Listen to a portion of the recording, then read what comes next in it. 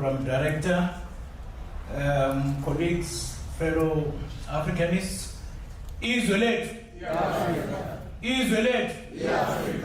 Thank you. I want to thank my senior counsel. It is important that we recognize that title, even though we're meeting here as fellow Africans and as fellow Africanists. Jola has touched on a number of issues which directly pertain to the father of Pan-Africanism in Azania. And I will not attempt to repeat everything that he has said, but I will basically touch on my own understanding in support of what Jola has said about Robert Mangaliso Sobukwe. I met him in 1958, and some of you were not born. I know for a fact. And how did I meet him? I met him in Alwa North, a small town almost next to the borders of Lesotho. I see that SG is nodding. It means that he knows Alwa North. He was visiting one of his comrades, which was my late uncle John Nyati Pokela. And at the time, I was a boy myself, not very much glued into politics. I used to go via my uncle's place. He was teaching in Amaqhawe Secondary School, teaching history. Now, what really struck me the most about Fox and politics, as they affectionately called my uncle, is that he was teaching history, and there was Reverend Nkuteka, who was a Methodist minister, and they would always meet at the mission house of Reverend Nkuteka.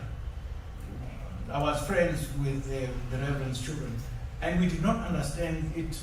Later dawned on us that Reverend Nkuteka himself was an Africanist.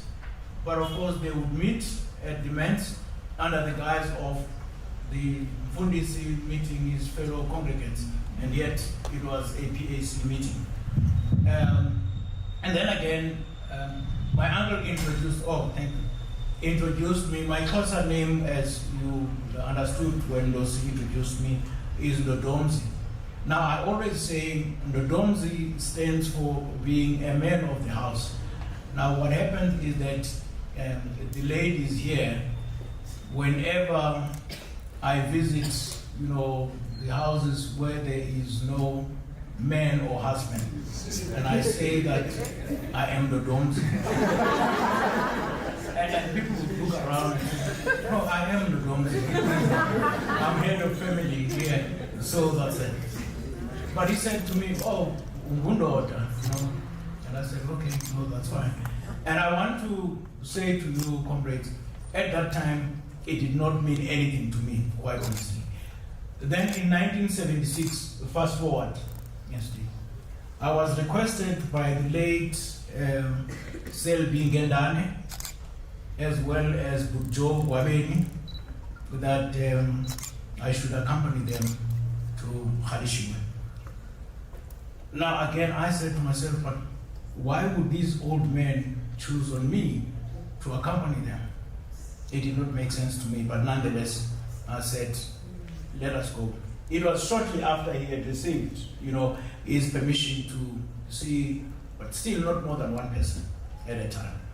So we parked the car at a very strategic position. So it was Bujo who went in first, and he came back, and then he was followed by Butsel Bingendane, and then it was me. And I went in. When I came in, typical him with his pipe, and he said, oh, Ndoda, you're such a grown-up man. I said, oh, the two comrades who came before me may have told him that we've got another visitor. It cannot be that I met him in 1958, he still remembers me in 1958. So I said to him, Tata, it's not possible. How come you remember me? He said, no. You see, spending some time on Robben Island gave me an opportunity to mature intellectually.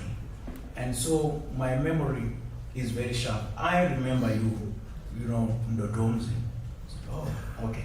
But even then, you could see that we are talking to somebody who's big in stature, but very humble, very magnanimous.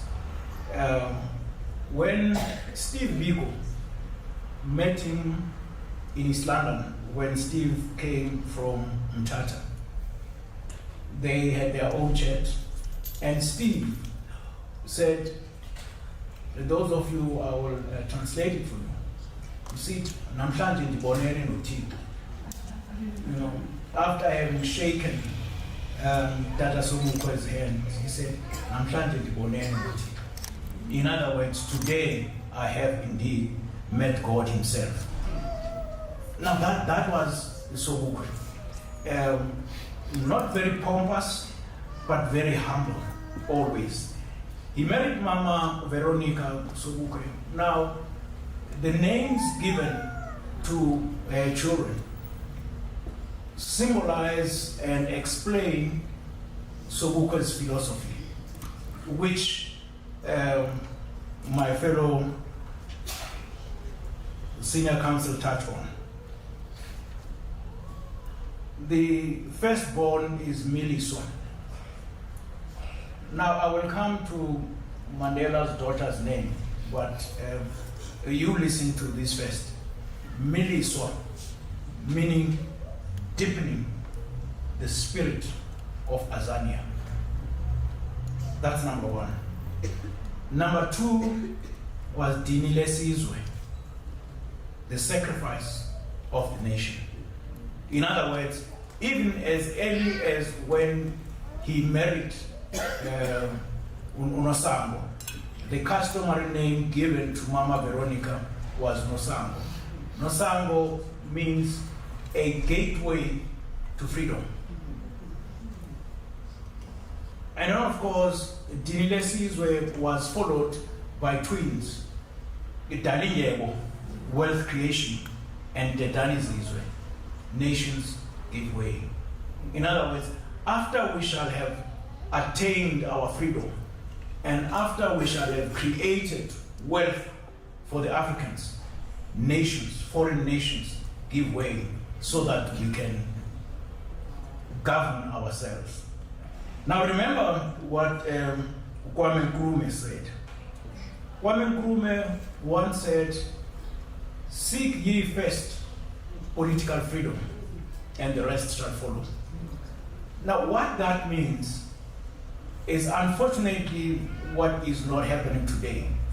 When Kwame Nkrumah said, "Seek ye first political freedom, and the rest shall follow," he meant, and that is why Senior Counsel touched on this, that with political freedom, there comes land ownership. Yes. Let us get freedom first, and then the land should be returned to the rightful owners. That is very important. And also something that Jola touched on about Sobukwe's prognosis.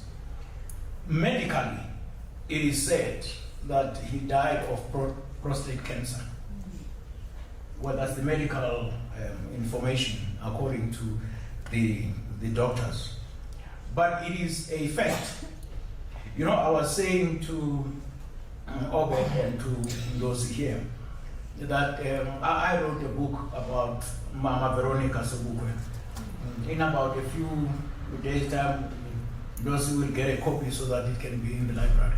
And by the way, it is the first book written by an African male by one of the political stalwarts, which is a woman. And we clap your hands, man.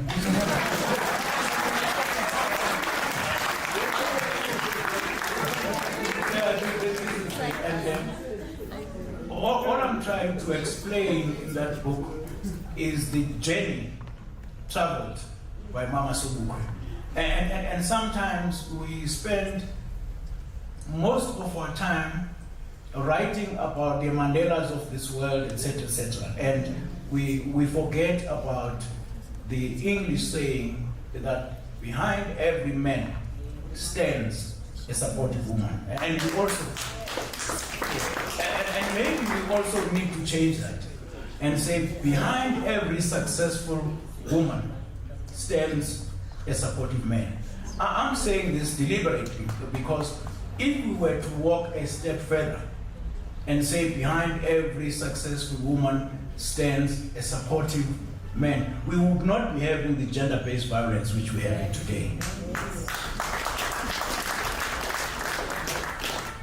You know, Jola has touched on the legal practice of Sobukwe, and I'm not going to go into that. But I want you to locate Sobukwe's understanding and philosophy against the backdrop of what Jola said. I mean, he touched on the Bill of Rights and the law of one man having been made by the apartheid regime. But what was very unfortunate was each time before Mama Veronica was given permission to see the husband, she would go to Robben Island on the understanding that this day I am going to come back with my husband, only to be told upon arrival that no. Unfortunately, you can't see him and we are not going to release him. How painful that was. Now we're dealing with a system which, quote unquote, said that it is a Christian system based on Christianity. But how dare can you incarcerate such a man in perpetuity under the guise of promoting Christian governance? It is not. Now, you have, and of course they have their own church, the what we call it? Whatever it is. And this is the foundation of Herforknism, which is not right. Now, let us just move on and say, Sobukwe and Mama Veronica could have chosen the life of opulence, because Sobukwe was a graduate, he was a teacher, a lecturer, and ultimately a lawyer, as we rightly say. And what I like about Jola's submission is that each time people write about Sobukwe, they write about him as politician, maybe, and no one, he's the first to have zoomed in Sobukwe, the lawyer. And I think he deserves a round of applause. Yes, you see, I come from that background which says you must always give credit to where it is due. Something that pulls us down as Africans is the PhD syndrome. You know, if I see a fellow black going up, I immediately establish a small group which is, how can we pull Jack down? We must really pull him down. You know, at these no meetings, he talks so much, and we must really find something. Even if we don't have something, we say create something. And now that's a PhD syndrome, and which is not right. And I'm not saying you must not talk the truth, because we are going to follow it. Now I said Sobukwe could have chosen the life of opulence, the life of what is going on today. But he said no, his philosophy was to serve, sacrifice, and suffer. Because remember, Sobukwe was a teacher, and Mama Veronica was a nurse. And so, yes, I mean, if you're looking at the 1960 Sharpeville massacre, what worries me the most right now is that the name Sharpeville Day has been taken away, and that therefore fails to recognize what happened in Sharpeville. Now we're calling it, what is this new name? Human Rights Day. Human Rights Day. I mean, how on earth, thank you very much, how on earth can you call it a Human Rights Day when human rights were violated on that particular day? It can't be. I mean, it's like the 16th of December. It's now called reconciliation. How can you call it reconciliation? It was called Dingan's Day, which was quite appropriate. And now it stuns me that our present government agrees, to these names. It is just not on. And also, looking at where we come from, when we were students at Fort Hare, we used to shout loud and high, one Azania, one nation, one nation, one Azania.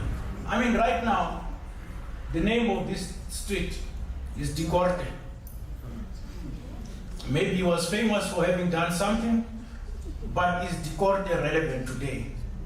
You drive around, you see a street named H. Verwoerd, when Verwoerd was responsible for the brutality of men's inhumanity to men.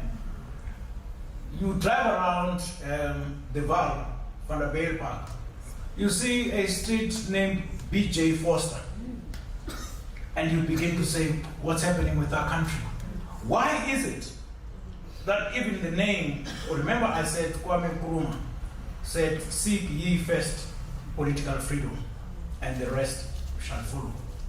South Africa should really be saying, seek ye first the name change of the country, and the rest will follow. If we can only really honestly say, one Azania, this country is Azania. It is not just a geographical location. Where is it? Where is it? South of Africa. It does not make sense, and the rest shall follow. And so, yes, and Sobukwe believed in the United States of Africa. He has mentioned that. Even the currency that we boast about, the rand and whatever else, it's very weak. Why can't we have a currency which is similar to the dollar, United States of Africa? That's why they killed Gaddafi, because Gaddafi was doing what every citizen in Libya has some decency. And that is what Jola spoke about, what Sobukwe stood for. One of the two speeches of Sobukwe which I admire the most, one, in 1949 at Fort Hare, he was the president of the SRC, and he delivered a speech where he inter alia said, I plead with you, fellow Africans, that we shall go down in history upon getting a new dawn for Africa, and African for Africans. That was a good speech. Now, the other speech was when he baptized the Pan-Africanist Congress in 1959, where he said, come, join us under this tree, the tree of liberation and the tree of freedom. Now, that reminds me, 2 minutes now, I'm going to sit down. Now, that reminds me of what Noah of the Bible said. He said to his fellow countrymen, can't you see that the clouds are gathering? Come, join me in the ark. Now that was the message that Sobukwe was conveying, that the clouds are gathering. Come, join the Pan-Africanist Congress. Now, some people have got a tendency of saying, no, actually the PAC broke away from the ANC. Let me correct this. The ANC broke away from the PAC because the PAC stood by the resolutions of 1949 conference, where the issue of the land was at the top of the agenda. Now, when the Freedom Charter came into being, which then said, no, the land belongs to all this and that, the PAC said, we shall remain the Pan-Africanists. And in order to remain the Pan-Africanists, we shall identify and confirm our existence in 1959. I think let me pause there.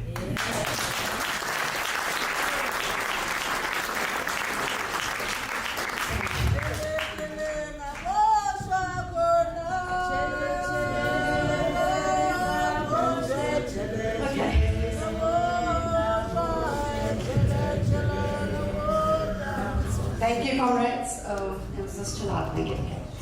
Thank you so much. And I also want to thank you for writing the book on Mama Veronica, because as much as Robert Sobukwe was silenced, and as much as the state sought to dehumanize him, eat away at his humanity, the silencing of the women in these stories are often absolute. So thank you so much for that. Thank you.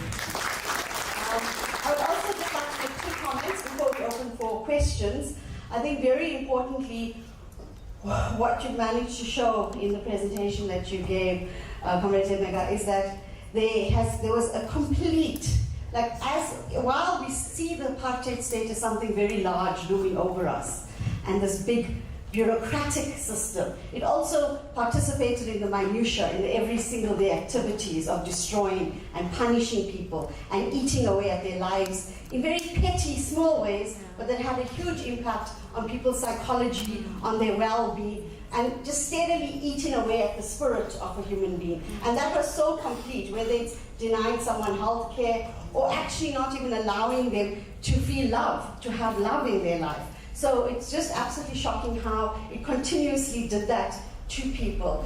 But also very importantly, I think, and Comrade Gordon touched on it, is that we often have to see African people as political actors. And we don't get to see the intellectual side of that political action. And it's often represented just as, oh, well, it was political action, as if it's something spontaneous, as if the intellectual work that goes into political action is devoid from African political leaders. And so that work of affirming the intellectual lives of Africans is incredibly important. Not just African leaders, African women, everyday people, the stuff that communities, the working class produce, that intellectual work is very important. And that's always overseen, even with someone like Kwame Nkrumah, where it's seen as, well, he led a country, but the fact that he had 3 masters, 2 PhDs, all this work is not recognized. The intellectual work he did behind understanding Pan-Africanism, behind developing it and enriching it, as Sobukwe did, that work is often not affirmed. And that is because it's intentionally done to create an intellectual world where certain people think, and other people just act. And that continues today all the time. That is why we have certain people who are brought in to solve problems who cannot actually solve problems by our state. Because this understanding is that we can't think for ourselves. We have to give the problem over to someone else. And that, we have to stop that, and we have to affirm that. So thank you for this work. On that note, I'd like to open up for questions. I've already had an indication that it should not be lots of questions. So I think we might fail with that because the hands are waving. There's one here, and there on the step as well. 2, 1, 2, 3, and 4.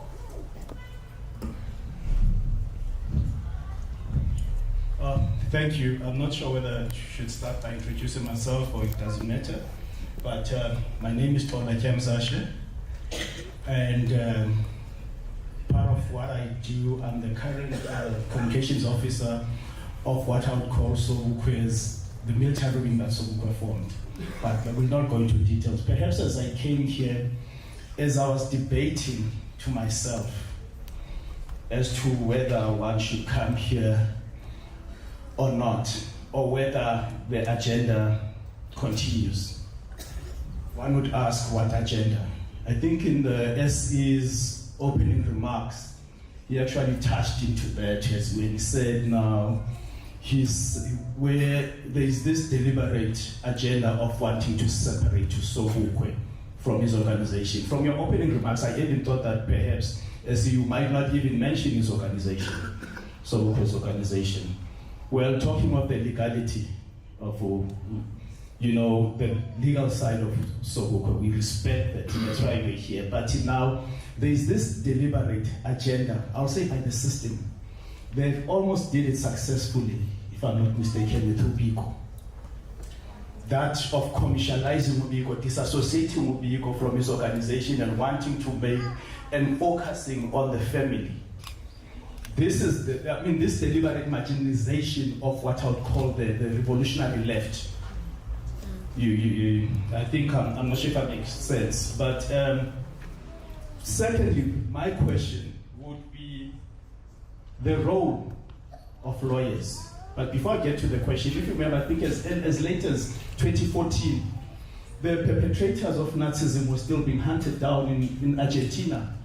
2 SS officers were arrested and taken to The Hague. But the question is, what's the role of lawyers in today's, in criminalizing apartheid? That was legalized in 1994. Remember now, it is not us that criminalized apartheid, but it was the United Nations. Yet we have you talked of the judges that sentenced Sobukwe, you talk of the entire system, they're still working. We still refer to their laws, and what is that? Those are the same people that imprisoned Sobukwe. So now we're saying what is the role of the lawyers in criminalizing apartheid? Perhaps we could just might do justice to Sobukwe. Lastly, as I said, let us avoid silencing Sobukwe. There is a deliberate attempt to silence Sobukwe. Sobukwe, for a number of years, up until his grave was declared a heritage site a few years ago, every year his grave was being vandalized. Thank you. Thank you, comrade. Could we have the question short, because we have quite a long list already. Thank you. 1, 2, on the steps there, Comrade Mulala. Thank you, Comrade Mulala. Good evening. I'll be very brief. Mine is not so much a question, but just a comment. And I think one needs to really point out that this, especially because we're talking of the relationship Sobukwe and the law. And there's a moment that I think is very significant, which I pick up as an earlier time that Sobukwe started talking to himself about the law. Pogrund captures this moment very well, and I'll read. I asked myself why they killed each other outside my house. And the answer was that my house was on the boundary between different tribal areas in Soweto. And I asked myself why my house was there. And the answer was that I was a Xhosa and my wife was Zulu. And so the government didn't know where to put us. And they put us in between. And I find this to be very much of a significant moment, because here he is by himself talking about how the law was already influencing his life, and it was a very significant moment. So by the time he later would really be on the face of the law and dealing with the law, he would have already have sat down and had a discussion with himself about the law. Thank you.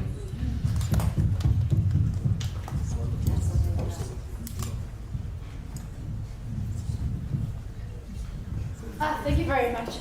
My name is Mkhatsi. My question is, how do we tell history that goes beyond just identifying the big man, the individual leaders? How do we tell a history that includes leaders but also ground struggles, grassroots struggles, especially struggles that have been excluded from the history? Are these two extremely opposites, or is there a way we can do it together at the same time? Thank you. I want to thank the speakers. I think your input was so interesting, and I really appreciate the information, especially because on this day and at this time in South Africa, we really are starting to forget our heroes. We're starting to forget what apartheid was, what it did to us. Under the dispensation of the ANC government, corruption has replaced apartheid as a crime against humanity. And I think that in itself is one of the biggest failures of the ANC government. You spoke a lot, Prof.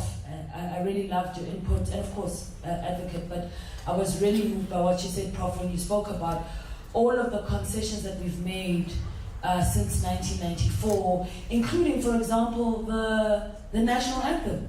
We sing Distem. We sing Distem. Distem was used against us as black people in the height of apartheid. And we sing Distem today, and it's our national anthem.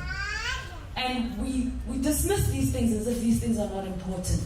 But they're very important in terms of our history, in terms of reminding ourselves of where we come from. As they say, if you fail to learn from history, you're doomed to repeat it. You know, I have a lot of admiration for Israel in the sense that, and only in this sense, in terms of going after those who were responsible for the Holocaust, hunting them down even when they're 85, 95 and on their deathbed. But they find them, they try them, and those people go to jail.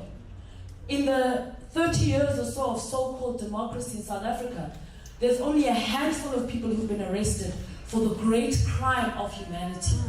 We have not, that's first of all. Second of all, we don't own the means of production. We don't own the economy. The economy today is in the hands of the minority. So, I suppose, first of all, it's a general comment, but also, I want to pose a question to you, advocates, and please forgive me if you think it's an unfair question. But part of what propped up the apartheid system was the legal system. And where we are today in South Africa, I would argue that the legal system is a part of a structure of a capitalist system, which, in my view, is a weapon against the masses and the poor. We've got members of Abahlali Basemjondolo here, who every day are victims of mass brutality by the state, when the state is abusing the law to strip them of their dignity, to strip them of their land, to violate their rights every day. They are jailed without trial, they are jailed on frivolous charges, their leaders are assassinated.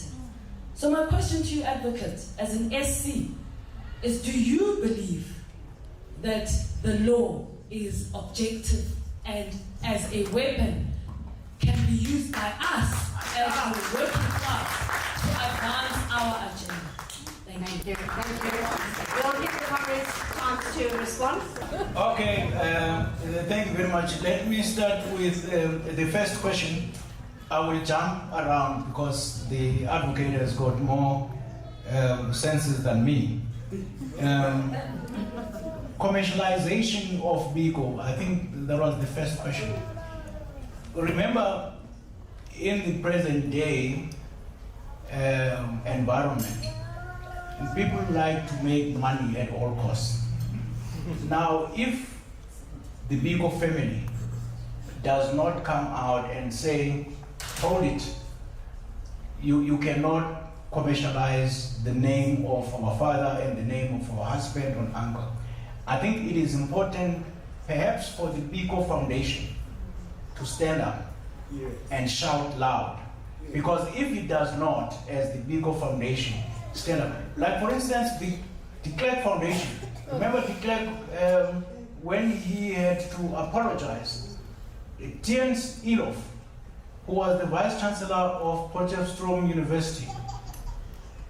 I mean, I know him, we were together in higher education.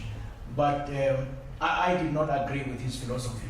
But all I'm trying to say, Tiens was at the forefront of standing up for the de Klerk Foundation, rightly or wrongly. So what I'm saying is that the Steve Biko Foundation needs to stand up. And then of course the role of lawyers, I think that will come in handy.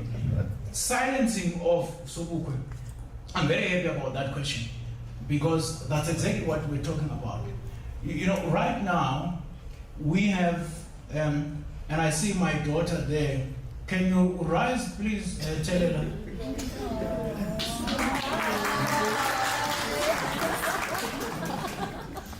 Telela has made history. I'm sorry for digressing. She completed a PhD last year in Oxford, and at the same time, this year she's completing a master's degree, LLM. You know, she well done, Kevin. Now, incidentally, we're talking about that up till now, we don't know where Sobukwe's voice is. I had a conversation with Benjamin Poprant as I was writing this book. And I said, Benji, just tell me. And Yeah. oh, okay. Yeah. And he said, no, remember, Sobukwe lived before the advent of technology. So his voice could not be recorded. I said, I don't agree. I don't agree with that, because as early as 1950s and even 40s, you know, you have recordings of the Mandelas, of Albert Lutuli, etc. Even my own uncle, you know, was. So there is a deliberate attempt of silencing. I spoke to the president of the PAC, and I said to him, man, we really need to go all out and get Sobukwe's voice. What seems to be happening though is that, and I'm brutally honest, that until and unless even the present day government can say to us, look, we've got evidence, we have gone as far as A, B, C in search of Sobukwe's voice, I will feel comfortable. But right now, there isn't, you know, Sobukwe remains to be silent even after his death. So that's that. The second one was a comment. Now, Steve, you say, how do I become a Steve Biko? You know, look at your branch. I think there's a branch of Azapo.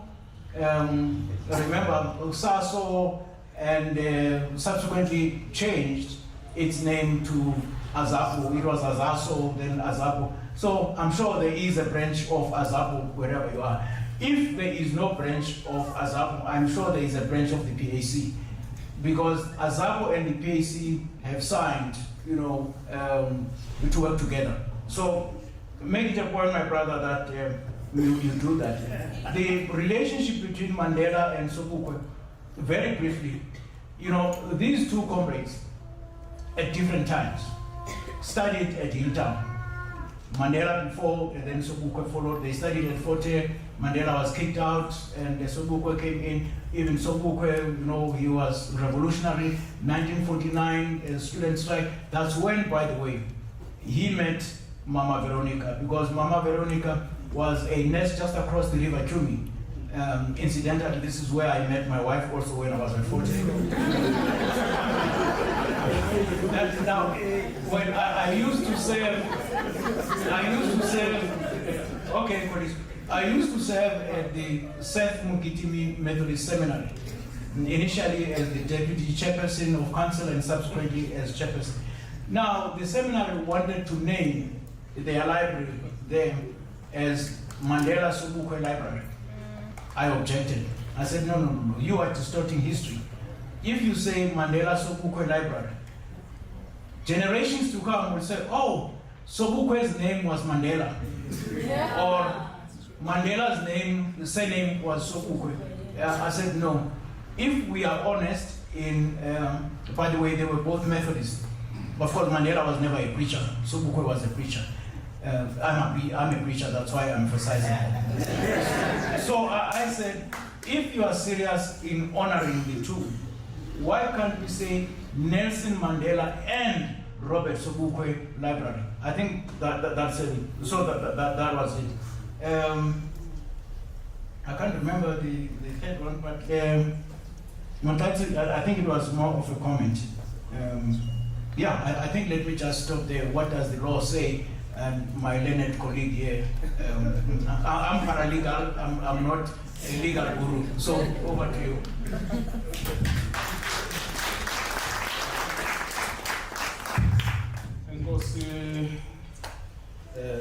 Professor Amaqhawe,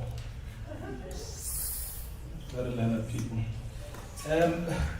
Look, I mean, my job, what I try to do is to reconstruct these lives, build them from nowhere, really. Because, I mean, apartheid was such a horrendous system. Like the idea of destroying your culture, your heritage, and then destroying your memory. People just, they just talk about the system. But I described it in my first book as a totalizing system. It was truly totalizing. So it uprooted, it took the bones. Like the grave, get a tractor, they remove the bones, everything, no memory, nothing. They even take your name, yes. And then give you an English surname as well in addition to that. Peter or whatever. And then say maybe I could be Paul.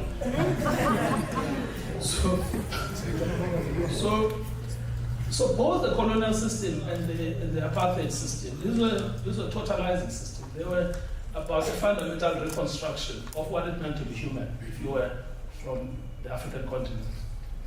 So my job is, at least I see my job as reconstructing these destroyed lives.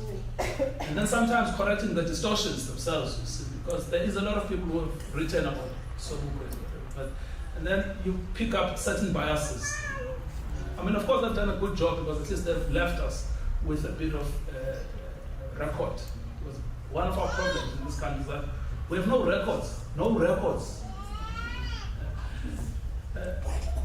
In 2017, I tried to write the story of the Mandela Tambo law firm at Chancellor House to get the files they were working on.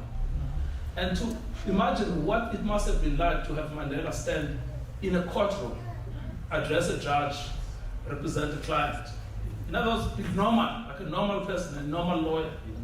Because part of the destruction has been this complete erasure. You cannot imagine Mandela other than, Puma Selo, Yeah. So my job is to put a different understanding of Mandela or Tambo. And this is the function I'm also doing even about Sobukwe. I mean, if you were living in this country, it's a very strange thing. I mean, people now get divergent in their views, and then they become strident. Very, very strident. I follow Sobukwe, then someone else is strident, I follow Mandela. But if you were living in this country in 1944 or 1949, these were the same people. They were in the same meetings, discussing the same thing, trying to achieve the same liberation. And then over time, I mean, this divergence, but there was a point at which they were sitting together in the cell. I mean, when Sobukwe went to prison, they were sitting together with Mandela in the cell. They were knitting, or sewing, together, literally together, and knitting and sewing, and exchanging the items they were working on.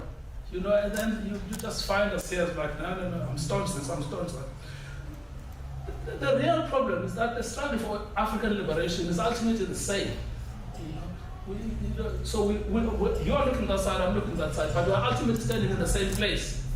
So it's recognizing precisely, the sameness of the struggle for African liberation, and that it actually never mattered from a European standpoint, whether you describe yourself as Charterist or describe yourself as Africanist. It actually never mattered. So what I've been trying to do has been this job of reconstruction, of putting together these pieces and reconstructing the lives of people.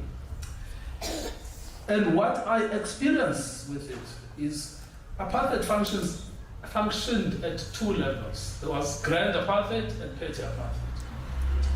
Now you've got to understand how the two ways intersect, the grand and the petty. In many respects, grand apartheid was easy to deal with. You called a big meeting and you called a big strike. But petty apartheid was hard because it was a dehumanizing thing. It's when people spit on you.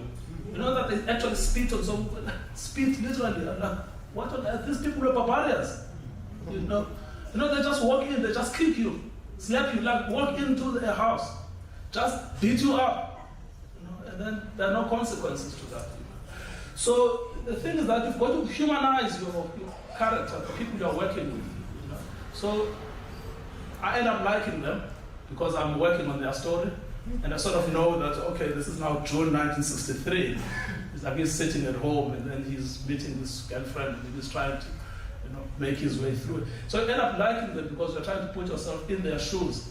And most of our writings, we don't like our characters. We don't actually do a job filled with passion and love, trying to build the stories. I accept what you're saying, and there's a lady here who was saying, well, is there a difference between reconstructing the big man and looking at the masses, and maybe the big woman? I worked on the story. I picked up the name of Desiree from the Sobukwe archives. I want to follow the story.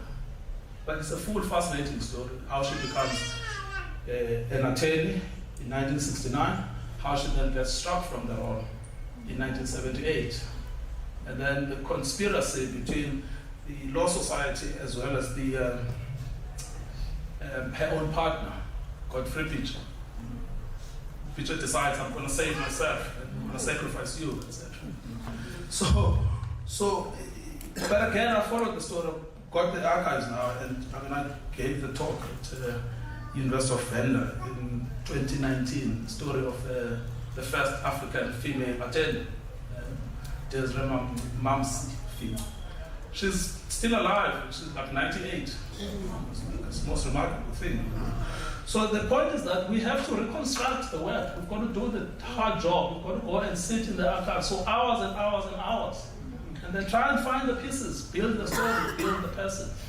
Find out who are they, what did they do, what did they like, what did they think, what are their ideas. So that's the work I've been trying to do on Sobukwe and Sobukwe's work in law. And that's what put me into Sobukwe's overall intersection with the legal system. Ladies and gentlemen, I absolutely love what you said. I was literally taking notes as you were speaking, that we have to look back.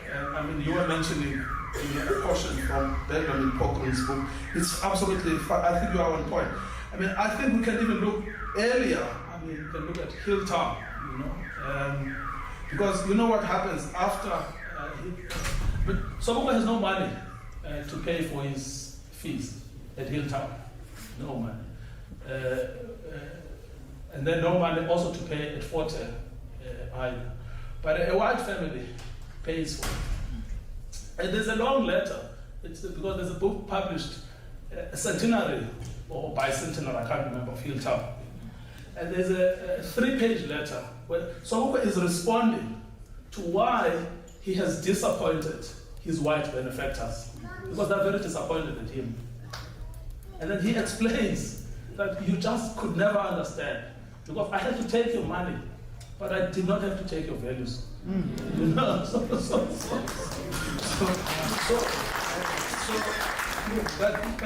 you see, so I think your point, we can stretch it even further, that his intellectual awareness of the space he was occupying is absolutely mind-blowing. It's truly mind-blowing, because Sobukwe had a big brain, like massive brain, and which is why he's in prison. He actually did an economics degree at the London School of Economics. Finished it 2 years. So when he's a linguist, but he's an economist. He also breezed through the law exams. Many of us are linguists, economists, and law. I could never do that. I'm happier being a lawyer. So anyway, I come back to this theme that let's reconstruct Black lives. Let's take them seriously. Let's do the hard work of getting these stories. This is what we're going to leave our children with. It's crazy in this country that the books we have do not have Black heroes. And it's just mad. We don't have Black heroes. But what on earth is happening? I just don't understand. I gave a talk at St. John's, and this is a real story, in 2018, after I had published The Land is Ours. I had called there, give a talk to I think it was the matric boys from the thing. So I spoke specifically about one incident, because the way I try to think about this, I think about one incident, but I have to look and do justice, give the detail of that incident, like what happened step by step. So I spoke of the Amaqhawe Sekete killing, 1866, 56, 1857, Eastern Cape. Ultimately, it fizzled out in 1858. And what happened? Reconstructed from the Grahamstown Journal, the Kaffrarian forts, and the King Williamstown Journal. All of the stories are there. What happened step by step. So we finished the talk, and one of the boys stands up and he says, you know, I want to thank you, sir. I call you sir. I want to thank you, sir, because, you know, our history class, sir, it starts with Nelson Mandela, sir.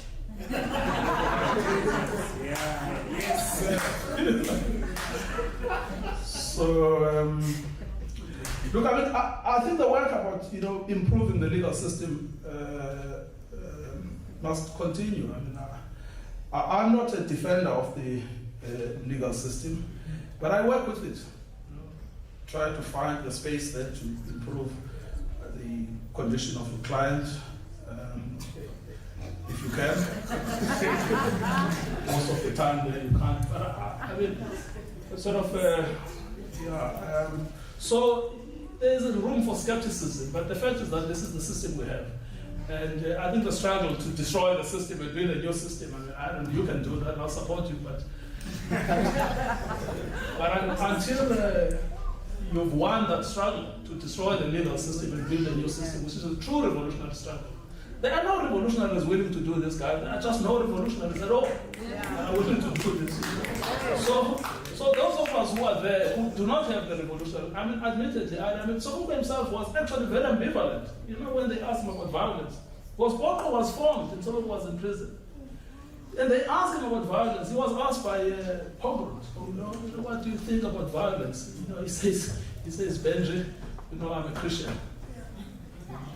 So, at the starting point, he says, Benji, you know, I'm a Christian. You know?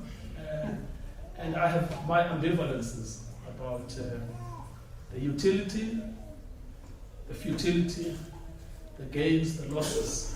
I am not going to take children and put them in the forefront there, because I'm a Christian. I respect life.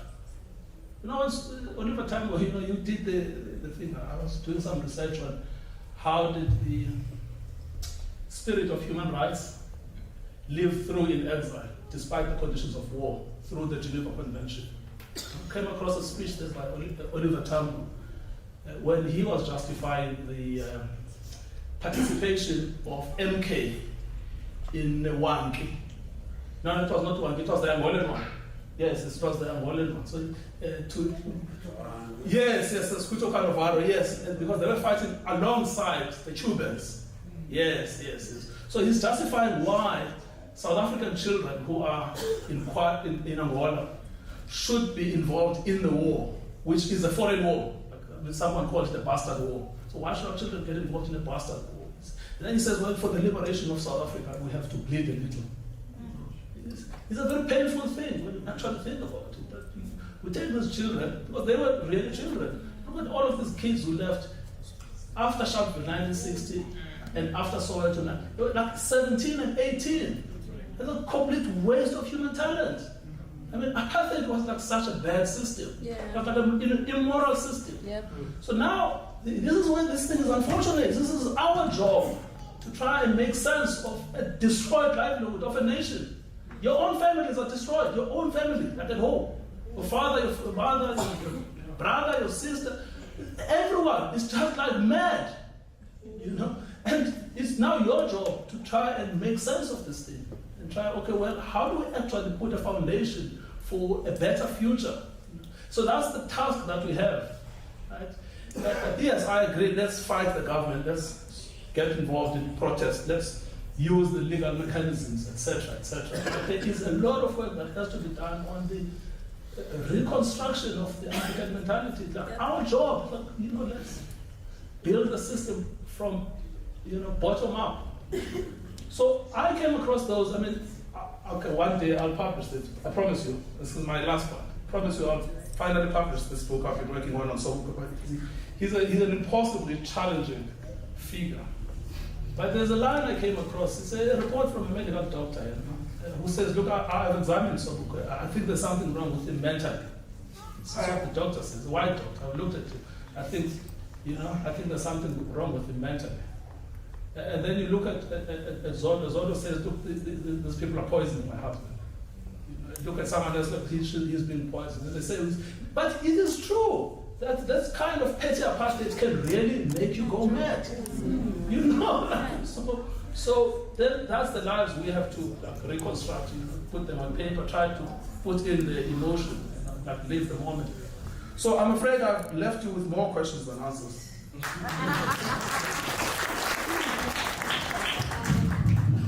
Comrades, I think, Gregor, you want to just say one thing? Yes. I think I need to respond to Mutazi. I did injustice to her question. She asked about struggle in history.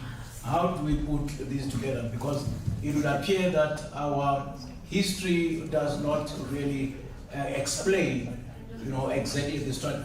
Now, let me put it back to you and say somebody, I can't remember who, senior counsel, said, if you want to hide information from a black man, put it in writing. Yes. And that is right. So a challenge is for us to read and write. To correct. I was taken aback, when I was in Aronoff. I met one lady, maybe about 18, 19, not older than 21. In a printing shop, etc. So I said to her, do you know Robert Sobukwe? That, no, I don't know him.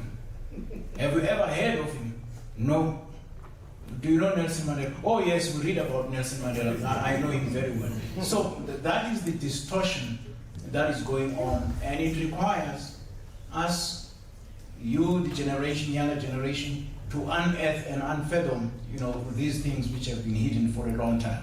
And the last one about corruption has replaced apartheid. That's very true. But it does not really help us to shout Amanda, and complain and not do anything. Yep. I would feel quite comfortable if we were to collectively write a letter to the president and say, Mr. President, as responsible citizens of this country, this is where we are, and we think we can correct A, B, C, and D. We feel whether he will do something about it or not, at least we shall have been vindicated. Thank you so much, comrades. We're going to close now because of the time. However, we'll have a thank you note from the General Secretary of NUSA, Ivan Jim. Amanda. It's relate. Comrades, thank you is thank you. Enkosi is enkosi. But I think I would fail not to take note that what sustained jail and further detention of the leader Sobukwe by the apartheid regime was at the back of Communism Act. But also, if you look, the ANC had to be banned later. If you go to 50 fighting years, it is communists who were banned first. And it's been so strange for me that for having a world-class view of the world, today the people of Cuba, the people of Venezuela, have done anything to they have not done anything to anyone. The Battle of Puerto Carnaval that advocate is reminding us about, Cuba took home dead bodies in their hearts and minds of being conquered in pursuit of the struggle for international solidarity. And today they had to pay a heavy price. And we're sitting here, we are in a crisis because the liberation vision that PAC, Azapo pursued, the liberation vision that the ANC pursued, has not changed the quality of life of our people. And I think that in these sessions that are going to continue to be here at Forge, we must be able to break ranks around common agenda. And that common agenda is a revolutionary agenda. And that revolutionary agenda is about affirming all of us as people into ownership and control of the economy. Because if we own the economy, if we control the economy, one of the things we are capable of doing, which Sobukwe died for, which was to fight for non-racialism, is to change power relations in society. You will not be looking at the color of my skin if we got equal access to the economy. If the land were to be accessible to all of us, we could even advise each other and say, let's get rid of laziness and complacency. Give us tractors, give us seeds, let's plow the land. You know, we want to get out of a township which was designed to be an inferior infrastructure to keep us there as blacks and Africans. We need to smash it. There's enough land. I mean, if you drive, this weekend I drove from Mossel Bay to Cape Town. Hectares and hectares of land. And yet we're packed like sardines in our township. We have no jobs. We can't work. We're not part of this economy. So we need a revolutionary agenda. We need to unite behind that revolutionary agenda. We need to continue to demand that education as an attitude of mind and a way of life, we must conquer it. We must be part of knowledge and knowledge production. We must emulate Sobukwe. He comes from jail, he go and study, he opens a practice. And there should be no young person who's not going to be educated here. And we don't have to have money for us to say the truth. You don't need to look around to say this thing is right, this thing is wrong, and we will put our bodies to make sure that it is achieved. So I'm just saying, I don't know, he says Prof is a preacher. I just want to say thank you for coming. But you know, sometimes the preachers, they say,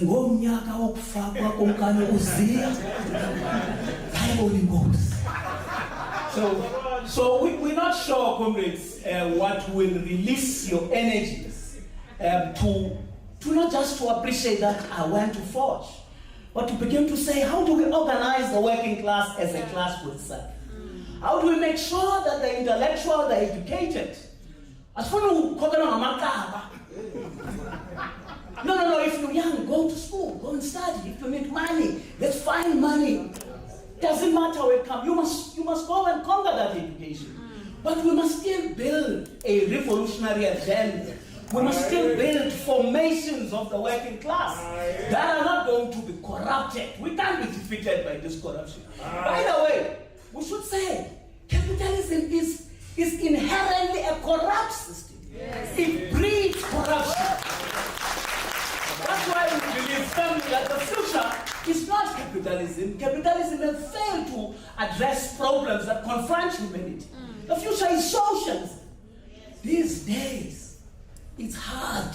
In fact, ketile. If they know that when we communists, no. You know, in the United States, the empire, as we speak, both the Republicans and Democrats, they signed a pact that there will be no colonists will be allowed in the United States of America. As we speak, there is a war. There's a war which is presented as a war of of Russia and Ukraine, when in fact it is a proxy war between NATO and Russia, but driven by the empire. We should be clear to say, end the war, because any war is fought by the hands of the working class. it is the blood of the working class that gets spilled, we should be clear to say, drop sanctions against Zimbabwe. And then you tell us nonsense that Zimbabwe are attacking South Africa. What must they do? They have got sanctions, Iran has got sanctions, people of Cuba, Venezuela cannot choose their own path because of sanctions. If you are democratic as imperialist, why don't you allow people to choose their own path of liberation? That was my thank you.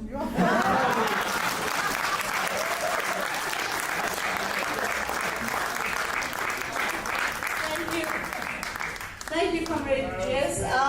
Thank you, comrades, so much. I'm sorry we had to end quickly. It was such a fantastic night. And thank you, Comrade Tembega, for really infusing history with such humanity. Yes. Thank you so much. Travel safe, comrades.